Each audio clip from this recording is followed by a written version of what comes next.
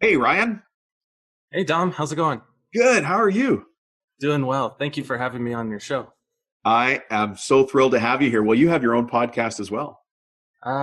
Yes, I do, and I regretfully can say I've actually kind of ignored it for the last several months. So I'm glad I did it because that's how we got connected. That's But right. I would like to dive back into it now that I've kind of like reinvigorated my interest. Oh, good. Well, the reason I contact you is because not just because of your podcast, but you run an actual mill workshop. Absolutely. Yeah, I've been at this for just over a year now with my dad. My dad founded the company about 10 years ago, and I was selling sandals actually down in Southern California. And Oh, my dad had whispered about wanting to get out of the business and retire and kind of be done with everything. So after countless discussions with my wife and everything, we decided we would move up here and try to learn the business and take over the family business and try to make a run at it. So that's what we're doing today. Is now fast forward, I'm a year into it. I've got a lot more experience. Kind of have a general understanding, I'd say, of how the business itself works, and kind of have a vision and a direction where I'd like to take things, and been learning a ton along the way. wow. It's so cool that you're doing that and that your dad created this business that gives you the opportunity to do that. Yes, it's like a huge hand, helping hand to get me started. The beauty behind the way that this is working out is we have like our day-to-day business, which is affording us the opportunity to experiment elsewhere. And so the economy is really good, of course, where we're at. So there's lots of building going on, and that's kind of funding our shop to propel us into the future. So it's not like we have crazy sums of money that we're just sitting on. We're like reinvesting it into the business, and we're doing a lot of I like to call it like housekeeping. So Yeah. we're cleaning up. There's, as I see it, there should be no dark corners in the shop. So little shop enhancements, maybe improving dust collection to re-waxing our tables and making sure the workflow is efficient out in the shop are all things that Yeah. we've been, working general maintenance. So. Excellent. Well, I like those ideas, of course, because as a business coach, it's the little efficiencies that add up to the big efficiency later. Sure. Yeah, you notice it, and that's the beauty. It's a small sacrifice initially and up front. Say, we redid our table saw, the table saw table itself. We revamped that. So Yeah. was it anything that had to be done? Well, not really. I mean, it's not like we're making more money because it's, newer and fresher and, better. But I think quality is better, and straighter cuts and it is less friction and all the things that we benefit from every single day because we use it all the time. So Yeah. it's a Yeah. little upfront sacrifice for long term gain.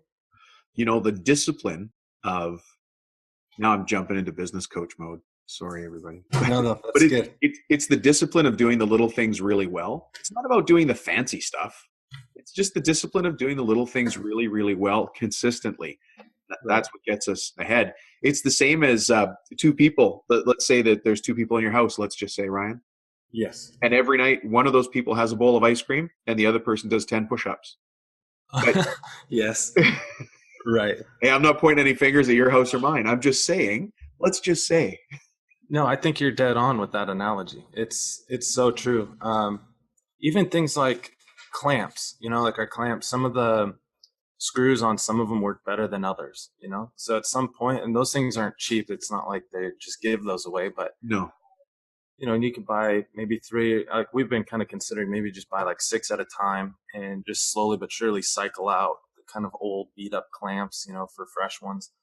Um, Well, little and then little things like that make a difference. Craigslist becomes your friend too because somebody else needs clamps. Yes, You that's now true. start to do your dollar cost averaging on equipment, right? Yeah, absolutely. Yeah. Smart farms run like that too because they're buying huge capital equipment or leasing. And they start to figure out, hey, listen, if we sell that tractor before we think we should sell the tractor, we actually recoup, 83% of the capital, and it allows us to fund the next one. So we spend first, then for the rest of our lives, every 4.5 years, we just keep only spending let's say 15% of the total value. So they just keep that train rolling, right? Yeah, yeah. No, I think that's hard for us in our industry to think like that because the equipment is so expensive. For example, like if I were to get a new molder, I got to consider um, the upfront cost is dramatic. You know, it's like a huge percentage of our overall. I mean, gosh, that would be like a new molder. I could spend about a sixth of our, say we're doing 600,000 in revenue in a year. I could easily spend a 1/6 or 100,000 on a molder, and that's a big chunk to swallow. But in thinking of those terms, yes, does it make sense to get a new molder before our molder totally dies? Yeah, And then you're you have to, stuck. Yeah. right. Then you're screwed. So it Yeah. is a fine balance, and I think that's where forward thinking and um, try to envisioning where our business is going to be in the next 5 years. I think that's how we kind of answer and backfill all of those types of questions. Because yeah, we could go crazy trying to figure those things out. Yeah, you can. And well, so we're off into a great tangent, but let me because now I want to start talking about the opportunity cost and what happens to lease payments and things like that. But maybe that's another podcast, you and I. No, you're good. Right. Yeah. So hey, let's give everybody a little bit of context. Ryan, you own First Choice Millworks, you and your dad. Yep. And where are you guys? Where in the world is Ryan Yurek? Sure. We're in Coeur d'Alene, Idaho.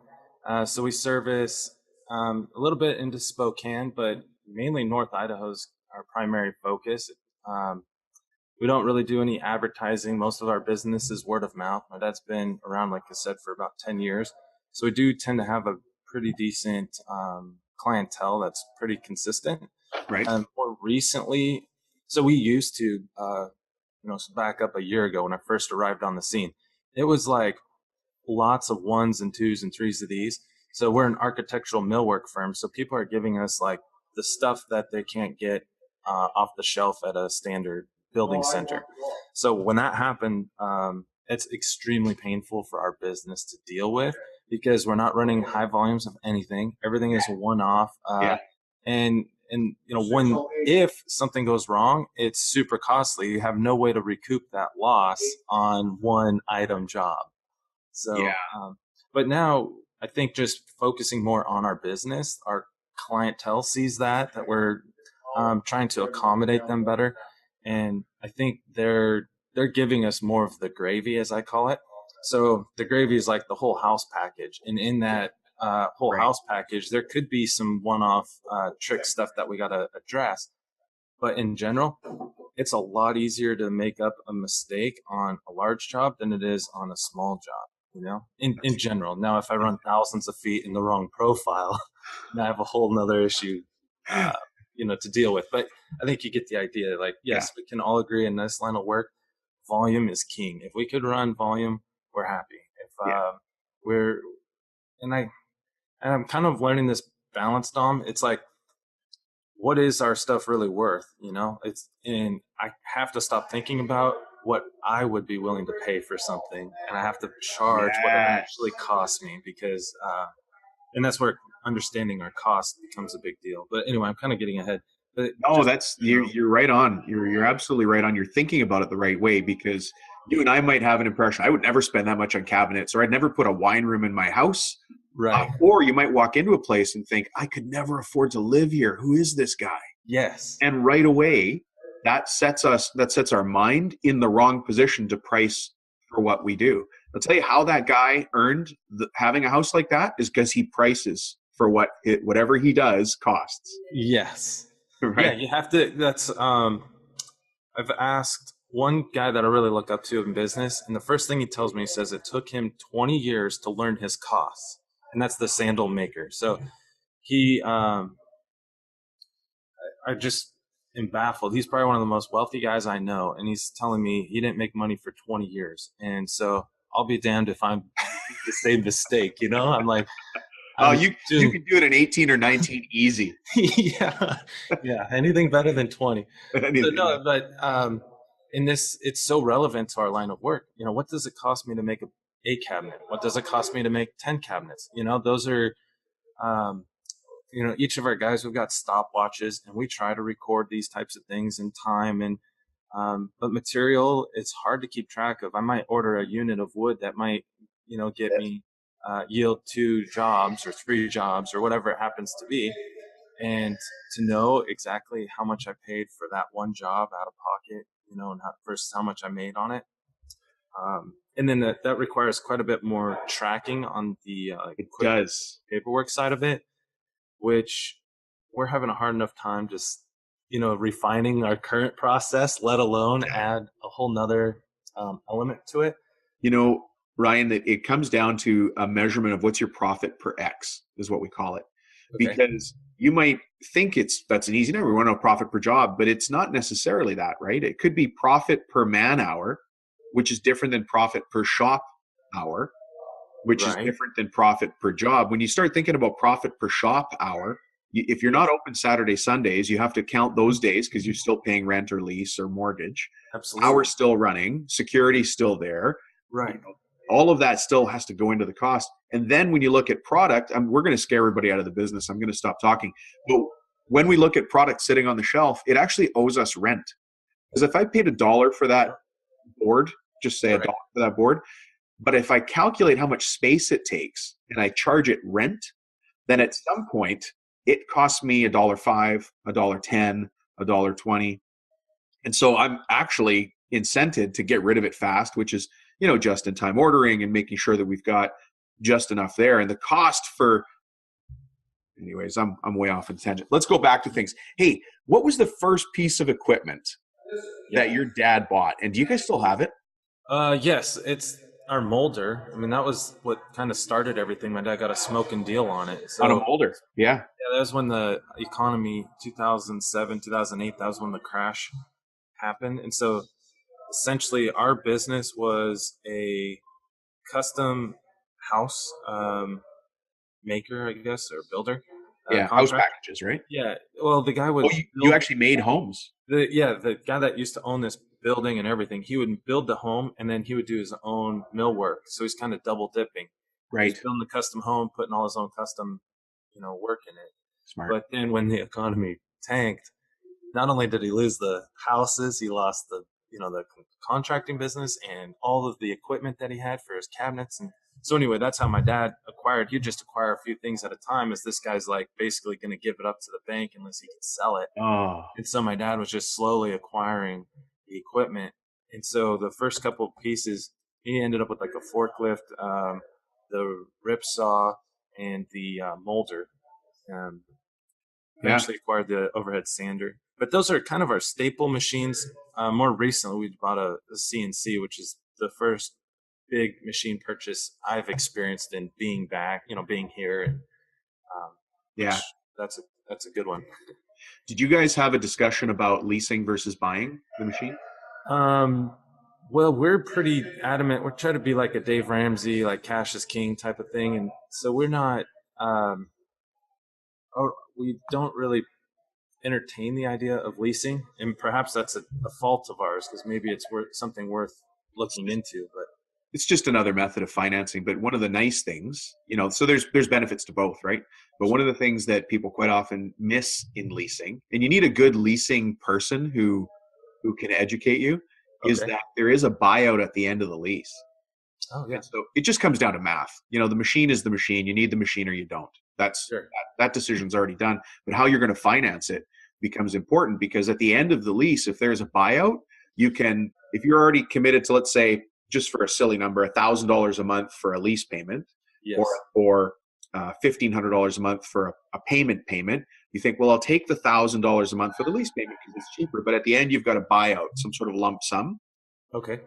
Either way, at the end of that, whether you're paying $1,000 or $1,500 leasing versus financing it through the bank, once that piece of equipment sold, that $1,500 or $1,000 is yours.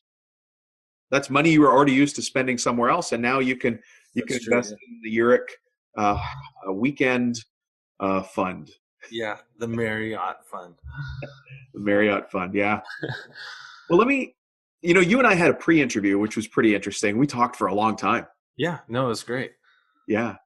And I ran through some questions that I thought would be helpful to the rest of the audience here, because you're talking right now to other cabinet makers, other architectural woodworkers, other people that are, the other day I did an interview with a guy that makes what's called bespoke custom furniture, and All he right. specializes in chairs.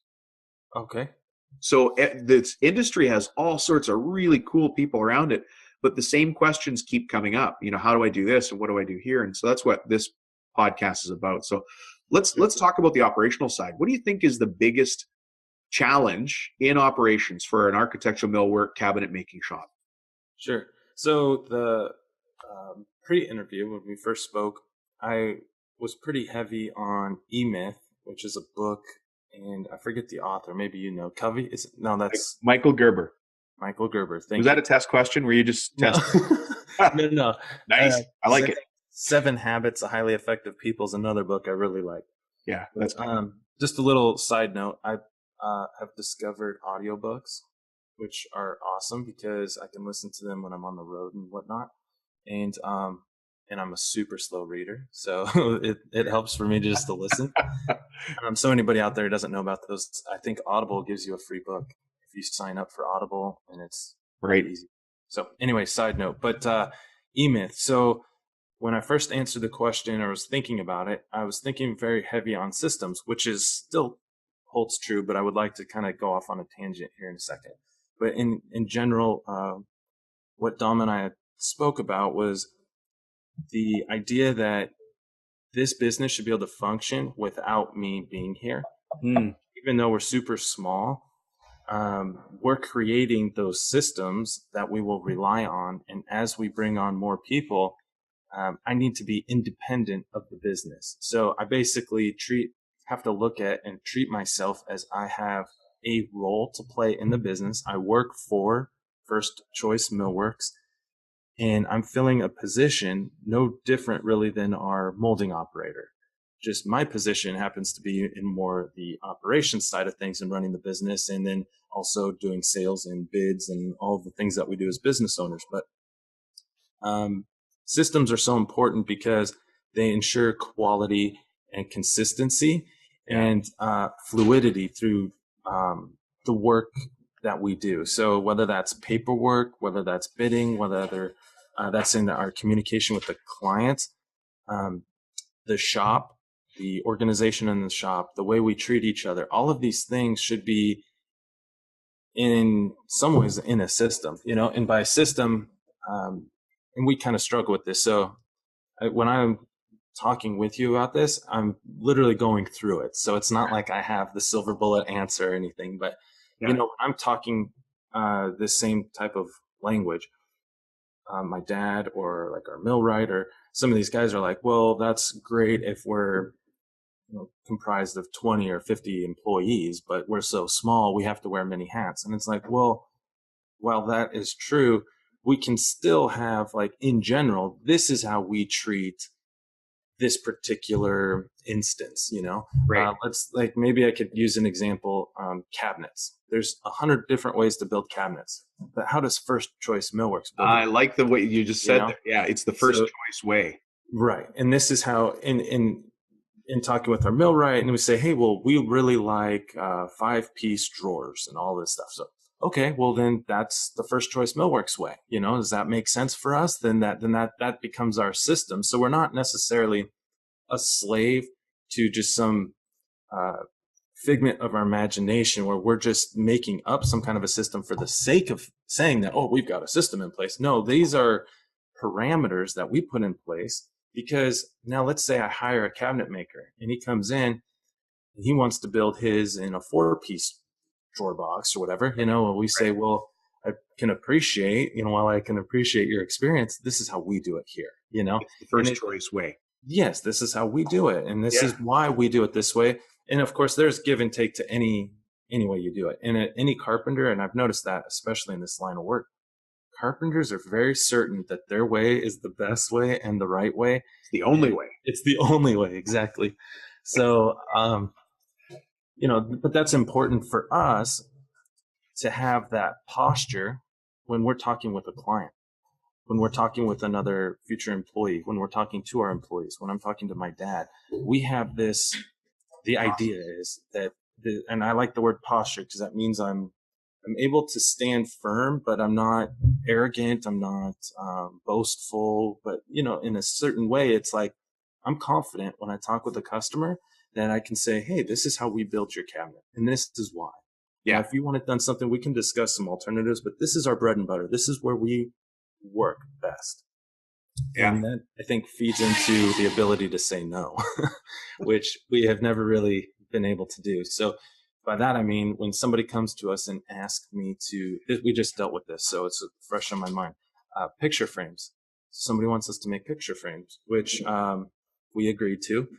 And we came up with a method that was pretty good. But you know what? I'll be honest, our system isn't so refined because we've never really done it before that should have said no. I'm kind of looking back on it. I don't know that I should have said no, but I think I should moving forward.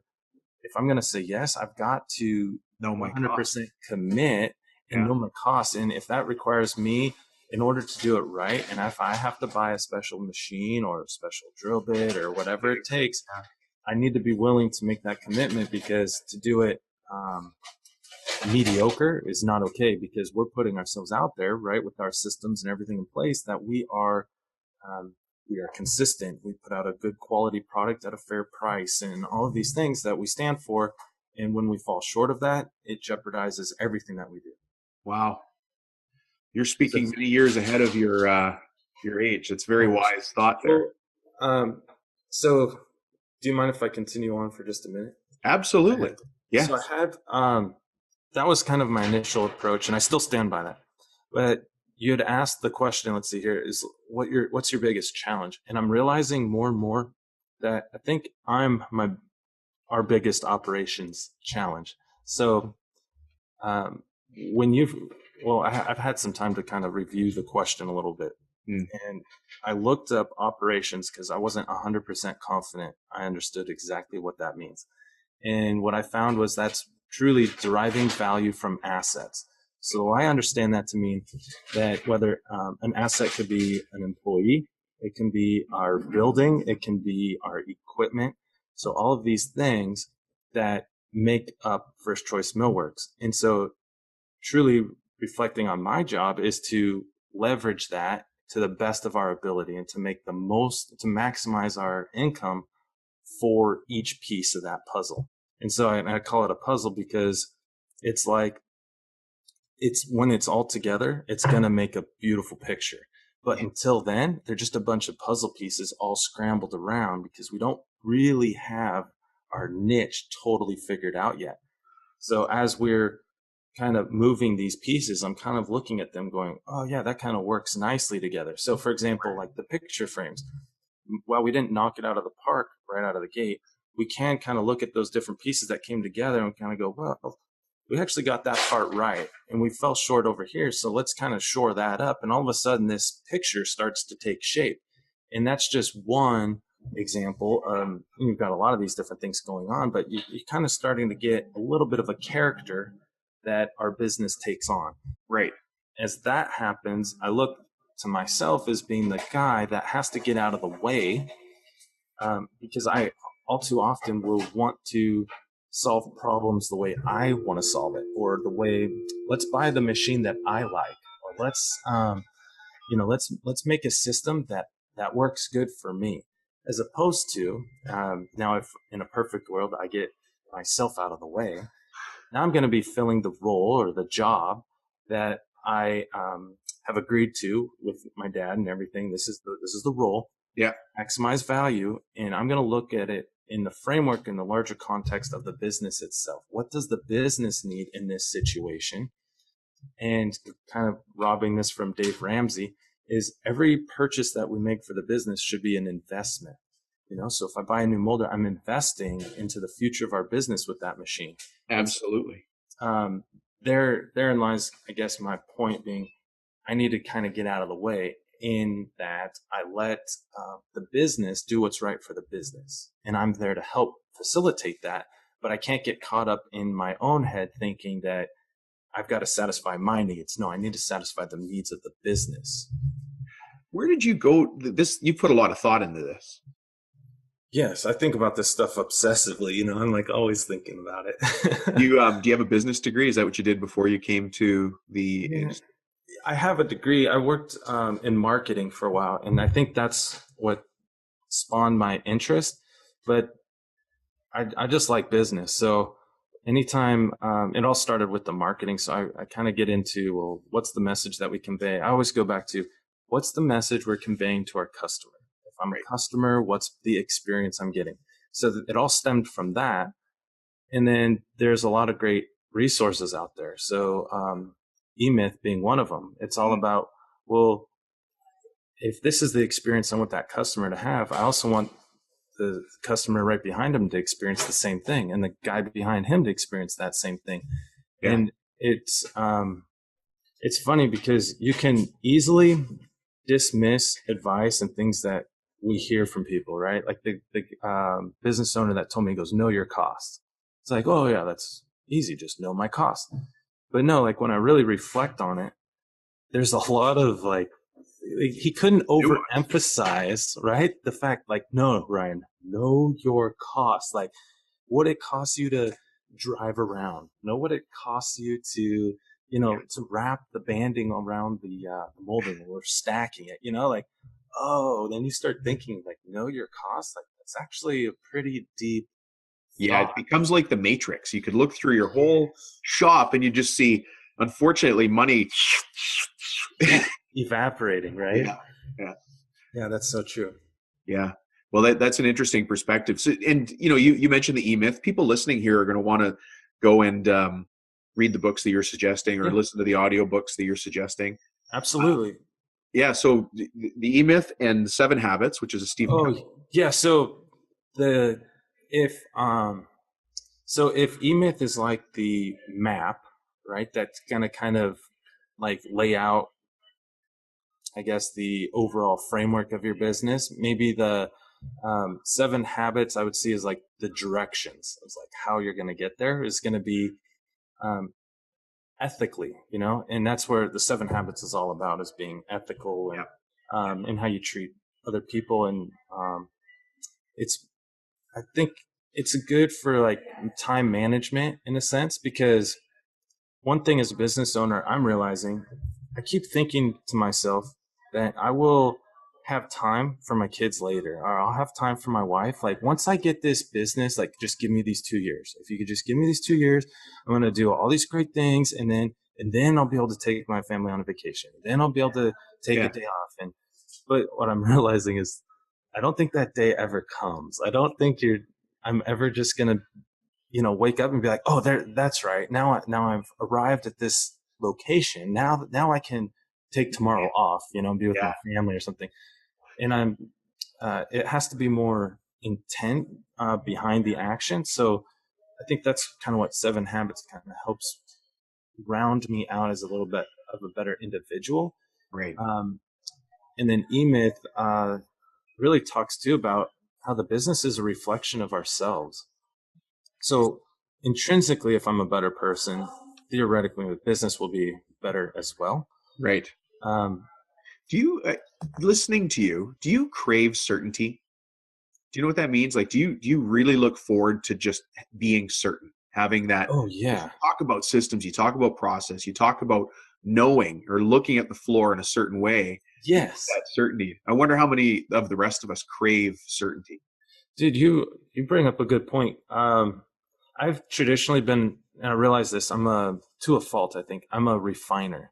So I'll come up with an idea for a product, and I will spend it. The product will never get to market. I Oh, will always refine it. You know what I mean? Like just that's a flat that's a out. big admission. Oh man. And and then my dad's kind of on the other end of that spectrum where it's we'll sacrifice maybe it not being quite refined, for the sake of getting it out, So we kind of help balance each other out a bit with that.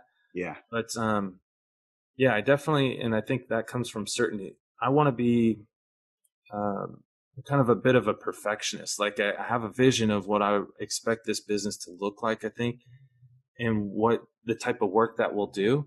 And so to get there, this is like a messy industry, right? Because wood is not No, plastic. you're It's spitting not out perfect. dust, and you've got trucks and the forklift going around messing up your nice floor. And Right.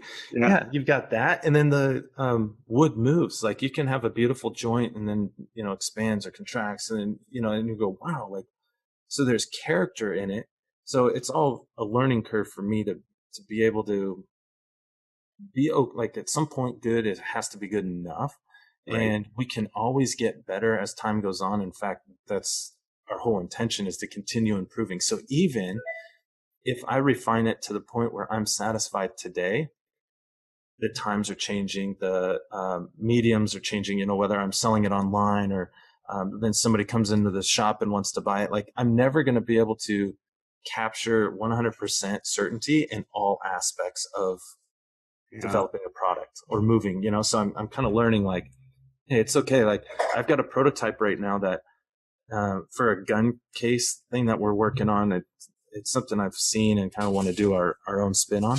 right. And so they start going, well, man, then I need foam to put inside there so that somebody can cut out the shape of their gun or the money or a flask or whatever they're going to put in there. And then I'm thinking, man, now he's going to have a spray adhesive because if somebody's going to custom cut their own thing, then they're going to have to put it, So here I am, right? Just refining. And really, you just be like, whoa, wait a minute. Let's just get started. Let's do something. Let's put shelves in there. That's something that I can do right now today, Yeah, totally confident with, and it's fine. It may not be the foam, all this glory that I had put around the idea of having foam there, but it's maybe just as good, if not better, than what I initially. So there I am getting out of my own way, and allowing this thing to take shape, in a different direction than I had maybe initially thought. you raise a good point. How old are your kids, Ryan? I have a 1-year-old and a 3-year-old. Oh, okay. So still very young. Yeah, they're little. So my daughter, we were talking about our kids just before we got on the interview here, but my daughter just turned 12 and she has discovered the joy of baking, Oh, right. which is That's bad for me, but good for me at the same. right. You know what I'm saying? It's a beautiful problem. It's a good problem to have, and I'm eating my way through it. Right And on. but so the problem is the first batch she cooked was it's pretty much cookie croutons, right? Okay. Like I mean they were, Sure. but I looked at it like any dad would. This isn't any magical business coach comment, but I'm like, honey, those are great. You did a Yeah. good job, and you're going to make more cookies in the future. Right. Yeah. Wink, Yeah. wink, right? So Yeah. for those of you who are just listening to the audio, we're in a YouTube video as well. So I was just winking to Ryan there. You're going to make more cookies in the future. And Yeah. I know my daughter's very artistic and very creative. Before I know it, I'm going to be seeing some cookies come out that are crazy. Yes. And it's getting started. It's Right. you've nailed it. The if I want to be a big philosopher, I think the journey of 1,000 miles begins with Okay. a single step, right? But it's so true. One of the things that I encounter, because I want to answer the question for you about certainty and maybe provide some direction to you and Please. Yeah. listening, is well, I'll phrase it as a question as a business coach. Have you considered whether you're ready or not for strategic planning? Have I So considered whether? above the Covey stuff and Yeah. above the E-Myth is a Yeah. driver, and that Yes. driver is certainty. Right. And that certainty comes from things like strategic planning. It's not goal setting. It's goal setting on, it's like Yes. Schwarzenegger, roid type. Not that Right. Arnold Schwarzenegger ever used steroids. I'm just Yeah. that it's, Yeah. Yeah. you know, So yeah, strategic planning. Absolutely. We're in kind of a weird um, space right now with my dad and I, because he's the owner, he's the boss man, and yeah, then I'm in the wings, kind of like we're trying to do like this transition, whether it's a buyout, we're kind of ironing out all of those details. So he still has a strong presence in the leadership of the business, for sure. and I have an influence in it, but I'm not the only influence. Of course, my dad has a big say. And so when it comes to this strategic stuff, I have a lot of things under the covers. For example, and this is all E-Myth stuff. So anybody that's interested, just go to E-Myth. He basically outlines it all right there. But this is a vision, the mission, or I forget what he calls it. It's not a mission statement, but basically who we are as a business, Right. and then the way that he deals with employees in that book is pretty clever. So we have position agreements. Right. And so I've got, all of that stuff drafted, and my dad has seen it all. And so he's on board. But I think for us to be authentic to our employees, it has to come from the guy in charge. So in this case, I think it would have to kind of come from my dad. My dad has to have that buy-in. And until that transition takes place, then I can have that conversation with them. But we're kind of in this gray area where I'm not totally comfortable, but there I am, perhaps maybe just refining again, as opposed to just saying, hey, this is the direction moving forward. Let's roll it out now. In fact, I've got a friend, he's kind of in an interesting spot in this same line of thinking. He's actually paying the eMyth program. He's paying for the program or whatever with his business. Right. So it's kind of a cool perspective. I get to see him in action, actually doing the eMyth to a T. Yeah. They are his business coach. And he has implemented a lot of these business practices and whatnot with his vision and all of this, and his employees are totally privy. But now they're starting to act upon it. And so it's changing his business now. The and leverage. Actually implementing it, and people are kind of getting, I won't say scared, but he's getting a little pushback. Whereas before, it's like during the transition where they all know this eMyth thing is going on. It was kind of like, oh, okay, like this is what the book says. Okay, yeah, cool. We'll go by what the book says. Okay, cool, yeah, and they kind of get it. And then all of a sudden now it's like not about what the book says, but what my friend as the owner is saying. And so now he's saying it as opposed to, well, based on the book. No, he's saying this is how we're going to do it, and this is what needs to happen, and this is your responsibility. And it's changing. So I think the alternative to think is, what would the business look like if it started that way? Had it started out with the proper framework? Because truly, I think eMyth talks about this, is you get into business not realizing you're setting yourself up to grow, right? If you provide a good or service, well, people are going to want more of it, and then you have more people.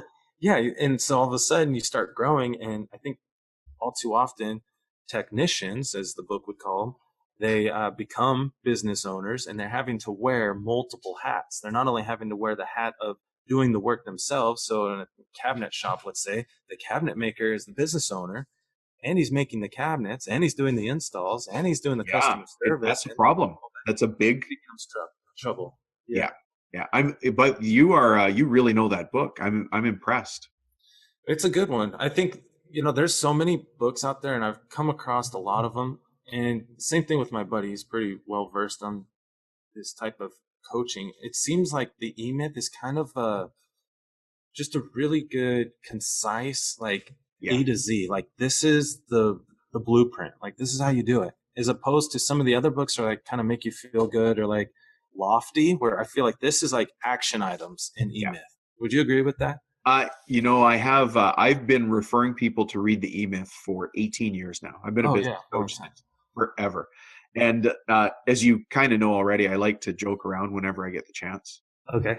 And so there's two things I always say about the eMyth. And anybody listening, you feel free to repeat these or use them. Number one is, if you buy this book, it's going to cost you $20. Right? Yeah. If you don't buy this book, it's going to cost you 20 million. Right? Yeah. So there's the first thing. And then the other thing I say, and this actually happened, and you can ask my wife, but I remember that when I first read the eMyth, and you have to get the proper version. You have to get the eMyth revisited. Because the first book called the eMyth, he admits he got it wrong. So don't buy the eMyth. It's on sale. You can get it really Don't buy that one. You have to get the eMyth revisited. And by the way, he has multiple versions. He's got the eMyth contractor. He's got the eMyth physician. He's got the eMyth consultant. There's a whole bunch of different ones. But my joke is this.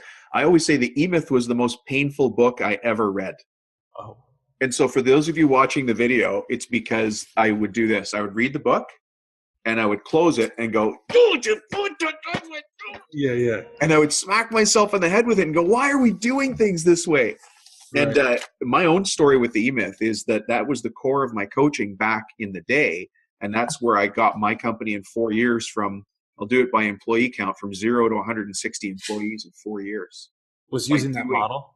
using that model and the other things that we do in coaching, right? It just works, but you have to, as you said, as it sounds like your buddy's doing, get in it, live it, and Right. be committed to learning and not stopping, right? And that's I love hearing you because you're open to learning. Yeah. The other thing, if I can comment while we're on this, is you're firmly in the succession planning conversation, Oh which yeah. so many of our listeners are. You know, it's very common that a dad started this business or a family started this business. The parents are now in their 60s or 70s, and they're saying, I really like golfing a lot Right. more than I do. And geez, I've got these 20, 30-year-old kids or staff that are working for them. Right. Maybe there's a way I could start to do more of the things I love and, retire, or as they call it, and Sure. have somebody else come to take over. So succession planning over the last 10 years in my industry has gone straight through the roof. No kidding. Yeah, absolutely. And it's going to continue to do so. So people often complain about millennials, but they complained about hippies, and the hippies are the people Right. running Right. the company now. It's just That's blah, true. blah, blah. So, yeah, very interesting that you have already made that observation. Unless you put systems in place, and I remember you and I saying this when we had our pre-call, unless a company puts systems in place, you're doing nothing better than sitting around the fire trading stories, Right. which is fun, but you can't scale it. I don't remember what my grandfather said to my dad around the fire back in Italy when they were burning olive branches and whatever they burned, Right. right? I don't remember that because they didn't write it down. There was Sure. no system. And so now I can't repeat that process. And I see that's where you're going. I love it. Yeah. Go ahead. No, no, go ahead. Go ahead. I was just gonna say with my dad is when I first came into this business and the whole equation, it's like he's basically just working for himself. He enjoys what he's doing, but it's not making money as a business should be making money. The business should be generating income above and beyond the wages that I'm paying myself, right? The business itself should be profitable. I should be paying myself a living wage. In addition, the business needs to make money, not I'm working in the business to pay my wage, Right. right? Yeah. And so I think that's where my dad is. And he's, bless his heart, he's a great he's got business savvy in certain areas, but he's very much the technician. And so I'm very much not the technician. I'll be the first to tell you, like, you don't want me building your cabinets, you know what I mean? uh, but I get that all the time. you People like shake my hand and they're like, Dom, you've got pretty soft hands for a guy that works with yeah. cabinet makers. And I'm like, no, I work in the office. Yes, You don't put me on the tools, I'm going to lose fingers. right. So anyhow, that's where my dad is. And so um, to me, I have to basically explain to my dad, like, hey, like, this has worked great, and yes, I get that we can take days off as at leisure, and there's a lot of perks. I can use the company card to fill up my gas tank or whatever it is, but at the end of the day, this thing needs to be much bigger than we are. And I'm not sitting here working for just to make my money. I'm sitting here building a business. This is an Building a investment. legacy. Yes. No, I'm going to challenge you. You're building a legacy, the Yurek family legacy. So I love the way you're talking because you're on that success mindset. And hopefully the people listening are hearing the nuggets. I love interviewing you. You're awesome. Well, this is fun. I love this stuff. And I hope people listening too, I hope you get something from it. I mean, this is my experience. I'm knee deep in it. And that's one thing that frustrates the heck out of me is I don't have the bank account to prove that anything I'm talking about is of any value. I truly wholeheartedly believe it's valuable, and it's served me well in many different things. But as far as like me being able to tell you like, oh, I'm a multimillionaire off of these strategies and this is what I've been doing. No, I'm in the trenches right now trying to get to that peak, but we're currently climbing a mountain. So I'll go back. There's so many analogies I can use because I've been in that situation. I've been asked that question a number of times. And it's nothing's overnight, nothing's easy. But use the ice cream versus push-ups example. Right. If tonight you go home and you have a bowl of ice cream and your wife does 10 push-ups, Yep. tomorrow there's no difference. Right? Absolutely. A week later, there's no difference. A month later, not much difference. Maybe she's now doing 12 push-ups a night instead of 10. Sure. Right? But now take that out a year. Take that out 2 years. Now you have 2 kids in your house. Now your kids see mom and dad, and mom does push-ups every night. Maybe I'm going to do them too. How does their life change versus if mom and dad both sit down and have a big bowl of ice cream every night? How does that family change? And you're talking about intergenerational change from little tiny, tiny, minuscule, insignificant sounding changes that add up to massive, massive results later. And so just Absolutely. use the ice cream versus push-ups example. Yeah. I don't know if your wife likes to do push-ups and, Yeah. No, it's a good but, analogy. but think about the impact of those little tiny decisions over time. Absolutely. Yeah. Which, looking back on the podcast that I initially did, part of that whole idea and the reason I did it to begin with was kind of I really didn't know why I was doing it, by the way.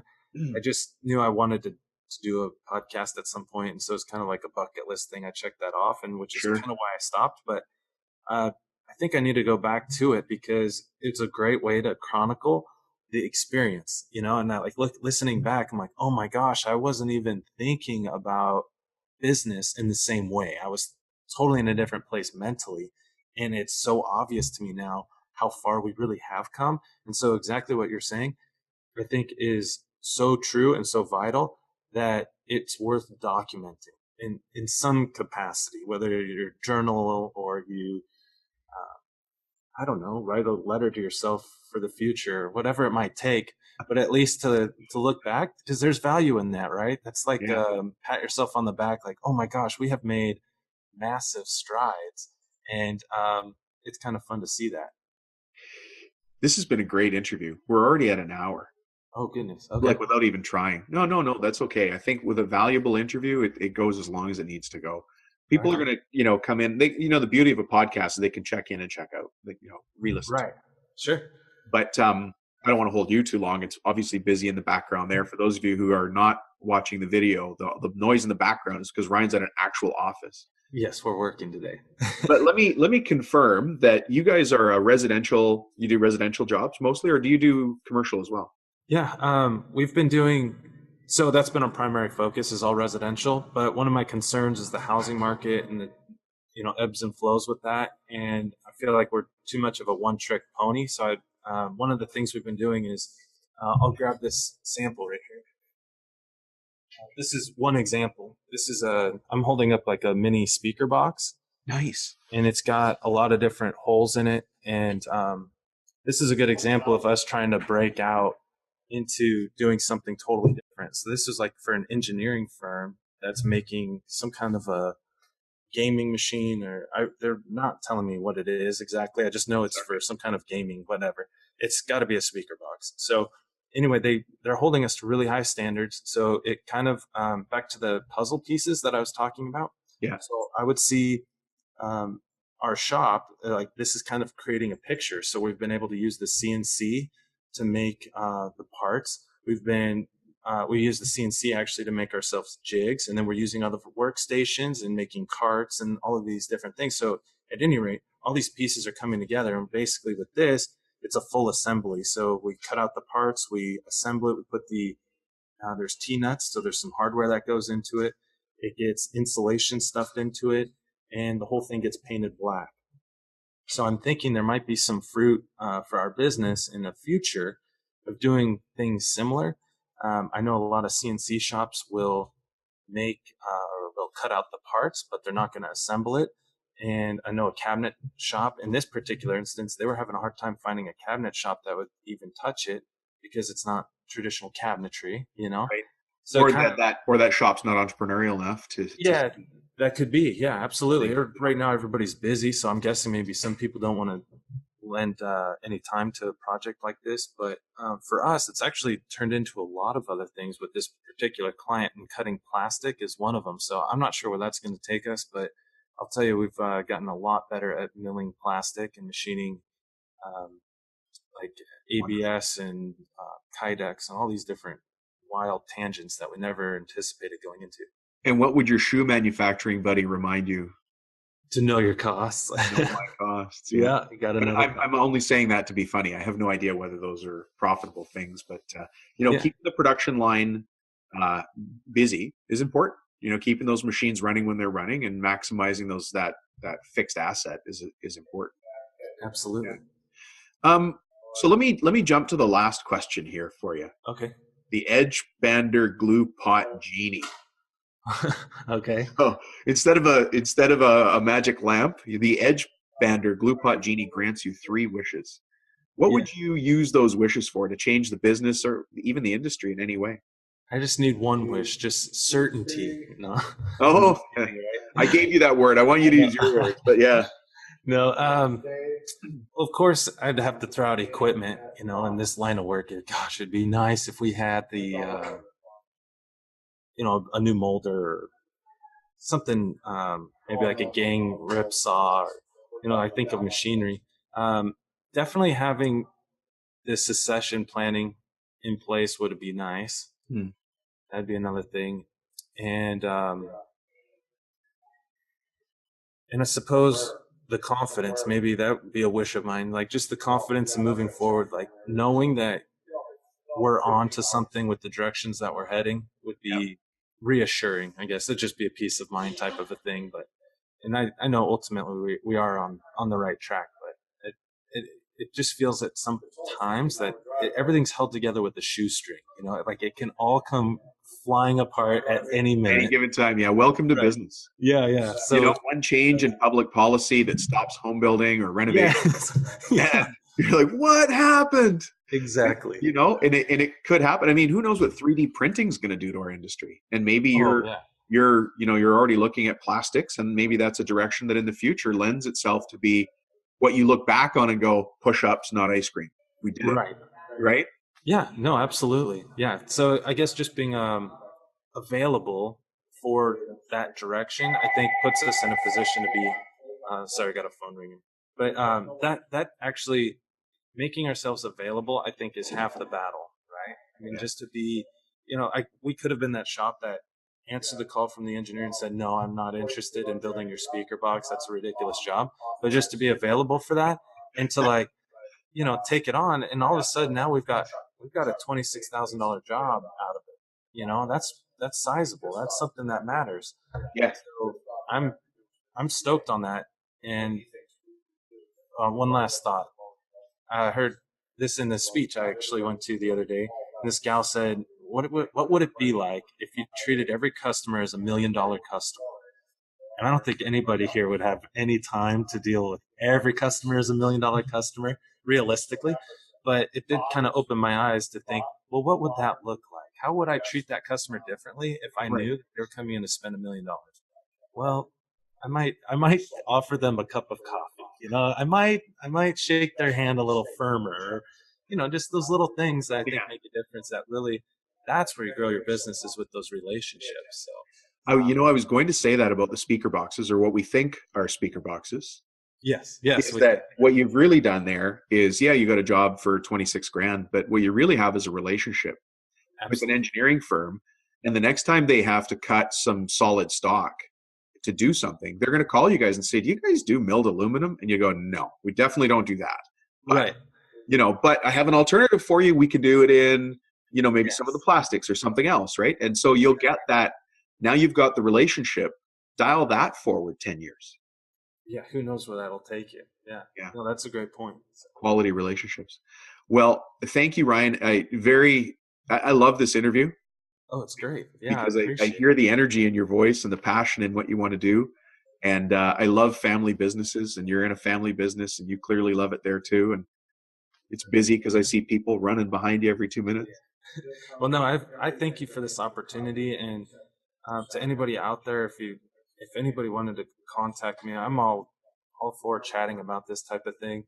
I've found it personally very helpful to talk to other people in similar situations, if nothing more than just a shoulder to cry on, type of a thing.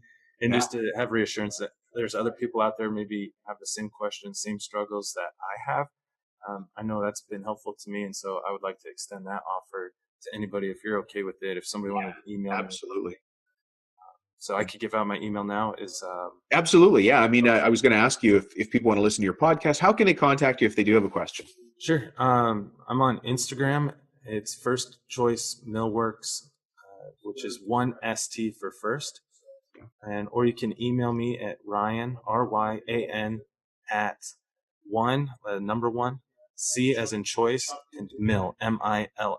Ryan at 1cmill.com. And you can, of course, check out our website, firstchoicemillworks.com, or 1CM, or 1C Millworks as well. Yeah.